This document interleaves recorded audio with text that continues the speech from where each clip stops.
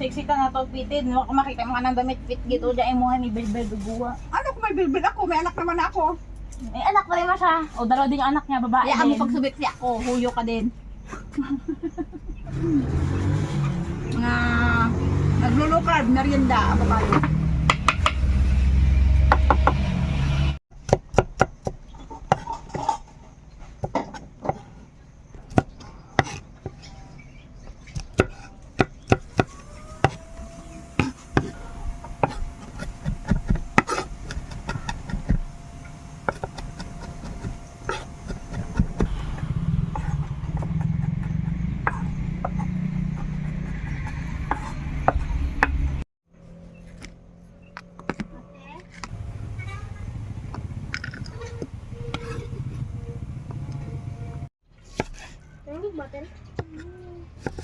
Anong oras na na?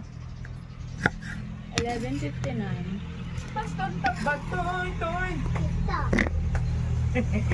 Mga ka-sisters, magluluto kami ngayon ng buto lugaw na may halong laman ng baka. So, dahil nag-ulan kahapon, sobrang heavy yung yung ulan. Pero uminit naman ngayon. Nakapag-decide na kaagad ako kahapon na bibili Nakapag-decide ako kahapon na magluto kami ng buto lugaw dahil nga pag maulan is malamig. Kaya nakapagbili kaagad ako ng yun. Ang tawag nito sa amin parang libro ng baka. So ito yun. Kaya kagabi pa lang nilaga ko na siya mga ka-sisters para hindi siya masira. Para ngayong maaga ay i-process natin into lugaw. So buto lugaw na may lamang loob ng baka. So ang aking mga ingredients ay syempre number 1 yung ating glutinous rice. So, ito na yun mga ka-sisters, yung libro ng baka. Yan. Tapos, ang ating mga ingredients ay, meron tayong itlog, yung ating bawang na crispy, gagawa tayo ng crispy bawang, ating panghalo sa panggisa, at yung aking pangpakulay mga ka-sisters, hindi yung food color, kundi kukuha tayo ng kulay mula dito sa turmeric. At ito naman yung sibuyas, ito yung ginger, yung tanglad, may patis tayong panimpla, black pepper or paminta din. Tapos ito ay asin. So ayan, titingnan natin kung masarap ang luto natin. At yung pangpasarap kapag kinakain mo yung buto lugaw ay may kalamansi, maasim-asim na maanghang. So mayroon tayong pantoppings na dahon ng sibuyas at saka mamaya may sili. Napakasarap. So bagamat uminit ngayon, tuloy pa rin natin ang ating luto na buto lugaw. So, ito na yun. Hiwa-hiwain na natin ito mga ka-sisters. Kagabi, ay pagkabili ko kaagad, niluto ko kaagad siya sa may luya, buong paminta, at saka may kunting asin, at may tanglad, para mailaga siya at malambot na ngayon.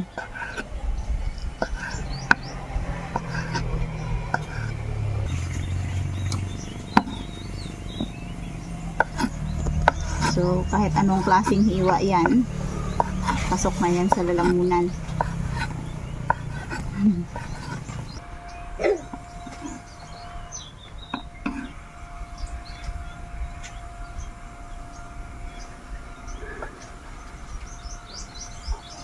First time ako mga ka-sisters gumawa ng ganitong lugaw.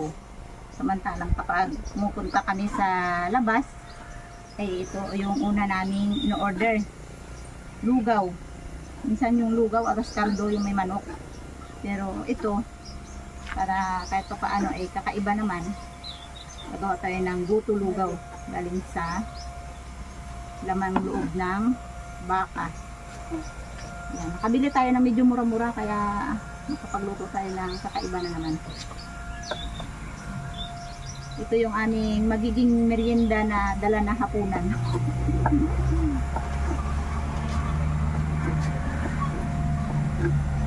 So yung ginagawa ko ngayon mga ka-sisters, pasok sa akin yung ganito, yung lamang baka. Bali, pinagsama yung high carb at low carb. Kaya nasabi kong high carb kasi nga may glutinous rice tayong ginamit. So, mamaya, pag nagkain ako nito, bali, puro carb lang ang kakainin ko at itlog. Pero yung glutinous, yung niluto na nating malagkit na naging kanin na ay silahan at aya lang ating makakainin. Diba? Hindi na balanse ang aming kain dito kasi magkaiba na kami ng sitwasyon sa pagkain. Sila Hana, Aya, si Kamister ay naka-high carb din sila. Kaya luluto tayo. So mga kasisters, kahapon, bago ko siya nilaga, nilinisan ko muna talaga ng tudong-tudo. Hinugasan, kiniskisan, tapos nilamas ko pa siya sa asin. Siyempre, yung mga ganitong lamang loob minsan, hindi maiwasan na sa isip ng tao, lalo pa sa akin, hindi ako sanay kumain ng lamang loob ng mga karne. So, ako na talaga mismo ang nag-process nito para kahit papaano alam ko sa sarili ko na marinis yung aking ginawa. Nilama sa asin bago nilaga, hinalbusan. Yan, kahit ganyan yan sa tingin mo na medyo parang brown siya pero malinis na malinis at napakabango. Hindi siya amoy bulok, parang ganun. Pwede mo na nga siyang iulam kasi medyo malambot na siya mga sisters. Pakulo tayo ng tubig, ilagay natin yung ating itlog.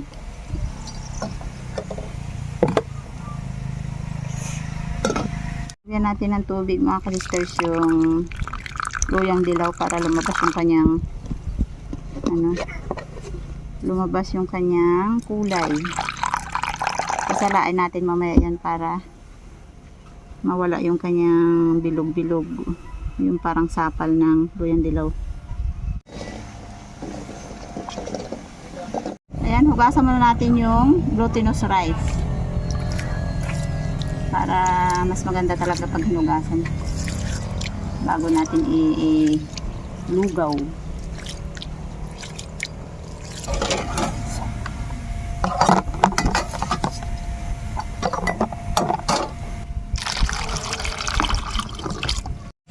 Gagamit tayo ng mantika para sa garlic crispy.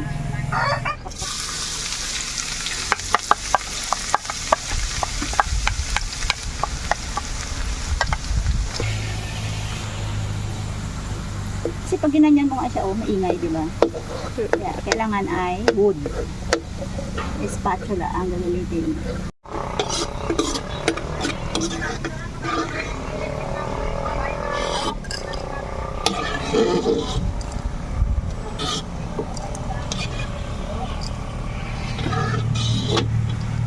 Pinirituhan natin ng fried garlic, ayun din ang ating pagpiprituhan ng ating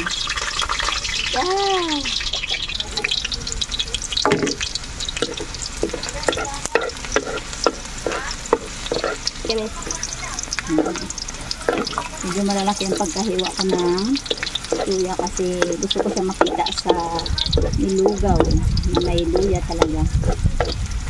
Lutuin natin ng maayos ko na lumabas yung aroma ng ating mga spices.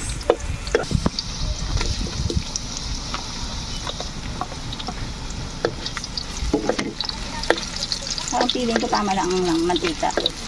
Naigisa na natin mabuti yung ating mga spices, sibuyas, bawang at luya. Lalagay natin yung fish sauce. Yan, patis. Para manuot kagad ang lasa kapag nilagay natin yung beef.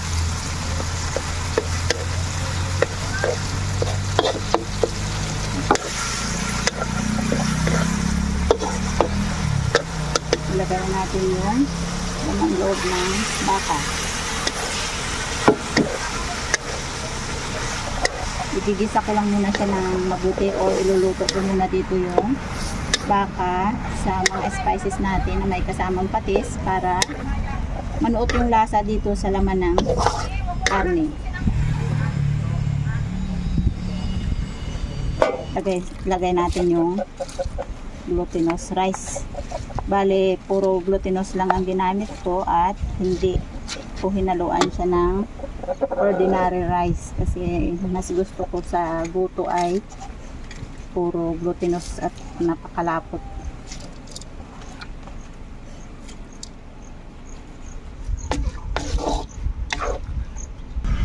Ilalagay natin yung pinaglagaan kagabi na laman ng baka para ito yung ating pang padagdag pang palasa dahil malinis naman yung pagkalaga ko, so sinama ko siya sa ating pagluluto ngayon. Dagdagan pa natin ito ng tubig para maluto yung glutinous.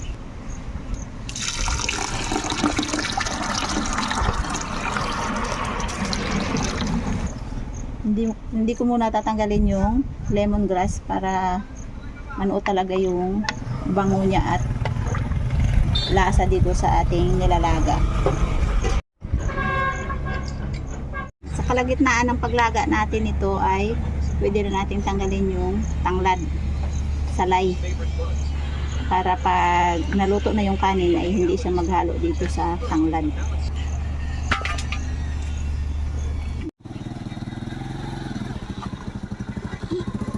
Puro lapis. Ha? Puro lapis ka. Ano yung huli mo na yan? Lapis? Oh my gosh. Makain yung ano? Wala. Oh, grabe ka lalaking lapis. Ang laki na ito. Ayan, ano sa'yo mo nga? Yan, ilagay natin siya. Oh my God. Ayan mga kasisters, yung huli ni Kamister. Lapis ang tawag sa amin yan, yung maninipis ang kanyang katawan. Hulog ka sa tulingan, ginaagaw na, Magkano kayo ang bili dyan sa ano, talipapa? Ibinta mo syempre yan, hindi natin kayang kainin yan. Magpatira ka lang ng ano, kahit dalawa, gagawin kong fishball. Lagyan natin ng asin. Isang kunti na lang talaga para tumama ng lasa. So ayan. Ulit, matapos na malagyan natin ng asin, ilagay natin yung food coloring na galing sa turmeric.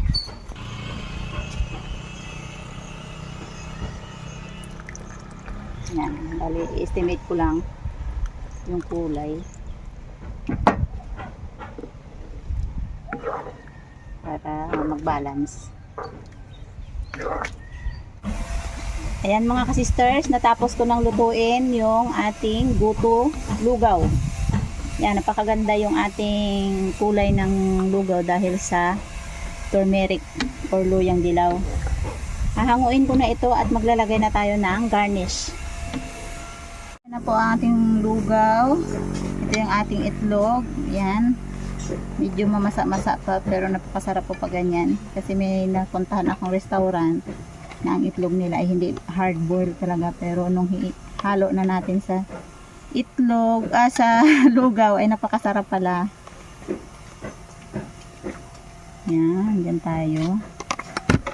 So, yung ating crispy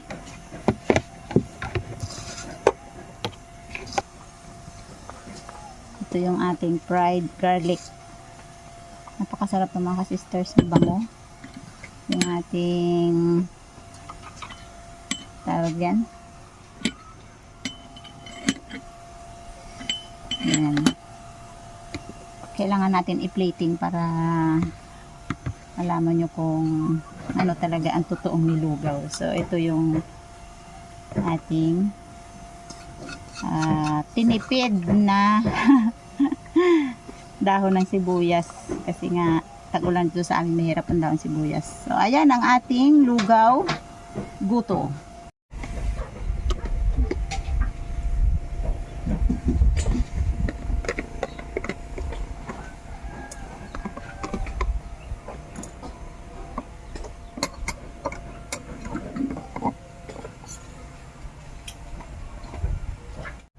So ayan mga kasisters, bali natapos ko nang lutuin yung guto lugaw at ngayon ay kakain na kami. Break na tayo.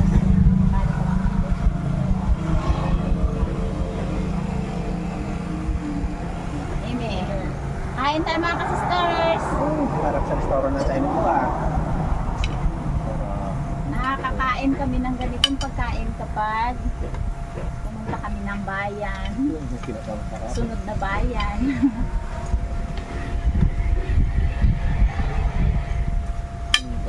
Awa. Tuto, kumain ka dito. Kuha ka doon na lagayan. Bilis. Kaya nga ako din, ano yun, Sili. Nang sili. Ah, ayan. Ayun, sili yun oh. Ito kalamansi. Hindi, sa'yo. Ato chili garlic sauce. Yan.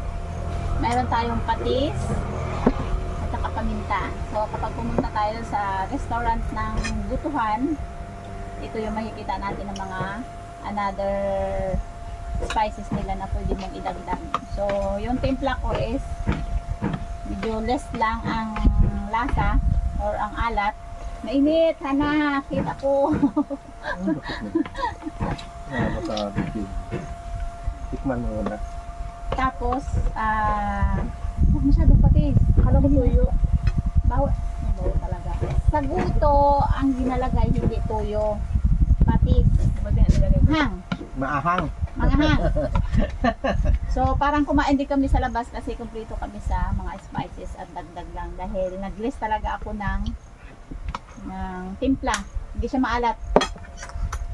So, Paano ka? hoy! Guto lugaw! Madayon kita. O, madayon kita. Mapabayan pa tayo. Kaya? Oo. Matapos na kami ng kain. May kaldo. May kaldo. So, mga ka-sisters, dahil nasa low carb ako at sila ay nasa high carb, so ang kakainin ko dito is eggs and yung laman ng baka. So, pipiliin natin. Hindi natin pwedeng ipamak ang ating sarili na kapag nag-low carb tayo ay kakainin na natin yung bawal. Kaya mo Kasi nang madami pa, hindi ka nung... baka masama ang Sabaw lang yung ginano dyan. masama ang magiging epekto sa katawan ko dahil naka-low carb ako. So, Hana, egg. Nakailang egg ka, mister? One ako. One. Ikaw, Hana. Ako, Pagdagan mo pa? Yes. Yan. Sige, hati tayo. So, Tama pa. saka, pasok sa akin yung garlic. Yan. Ito sa paglaki ng gayat ng luya. Actually, mga ka-sisters, kanina nag-umagahan ako ng ano na yun? 9 or 8 o'clock. Hanggang ngayon hindi pa naman ako gutom. So, ang kain ko pa sana is 3 or 4 kalimitan. Yan, oh. Kala ko laman pa eh. Luya na pala. Kaya nga. Isang garlic dito. Yan. Pero ano pa rin, pag hindi ko gutom, hindi Oh, kain mi sa yahay para sa mga nag-low carb. Kaya ng kain Kain na natin ang dapat. Ay, may yugaw. May lugaw. Ay, puro ka nang malambot. Napakalambot. Nagamit ko. Ha? Pagkalambot nga. O yan o, yung karni niya. Nilaga mo ng dandaham? Siyempre. Rangay? Kagabi pa yan. Ano kasarap yan? O, diba? Mga kalukar. sa kauling, sa kahor. Siyempre, sa uling. Pero arangay. Siyempre. Arangay talaga o bit. Ang langay talaga. Dahil pag namag siyang nilaga at natulog na lang. Kumaka, ginawa ko na siya to. O, diba? O, yung pasok sa lukar po, itlog, karne, at Oh, saka sabi mo lang kalamansi, anghang. at saka Ayos. Kaya ano ka man. ang Yan ang tawag gusto sa ko. luto ko ay Nilulok ko parang ba yung dirty yung low carb. kanin? Kasi Ay, hindi ko hindi naman. kompleto na lahat ang ginamit ko mantika ay olive oil. Kasi maksayang ang mantika, mamumulubi ako sa olive oil. Hindi yung... Nang kwam, dali. Minimize lang ako, minimize lang. Dapat mamayang gabi pala yung akin. Ano ko na, isalang ko na sa uling din. Bago ka pumunta sa bayan, isalang mo na sa uling. Na kunti lang. Hayaan mo na siya. Nagkalambot yun. Kaya umpisa mo na ngayon. Ilaga mo siya sa Ikadakat, may luya. Gihabusan Bukas mo na ng lang? tubig. Ang sisters, yung kain ko na to hanggang gabihan na. So sakali mamaya ay wala na akong luto. So ito na lang talaga. Sira na. Hanggang gabi na. So fasting ako ng how many hours mula sa gabi hanggang sa umaga ulit. Pag ako naka-high carb, ubos sa akin yan. Isang plato. Dalawang sandok lang eh. Ito kasi pinipili ko lang yung karne. Tuway, kuha ka ng lagayan doon. Kumain ka. Dito matalik-lagyan natin maya. So ayun na ka-sisters. Matagal-tagal pa at laging may marites. Pabayan pa kasi kami. Kaya so maraming salamat sa inyo sa pagsubaybay sa amin. Ayan, first time ako nagluto ng guto lugaw pero okay na Ubus okay. Parang kumain din kami sa labas. Yan. Laking malakong eh. So libre ng aming papunta sa labas para kumain ng mas malaki pang ibabayan. So maraming salamat po sa inyo. Yan, bye-bye. See you next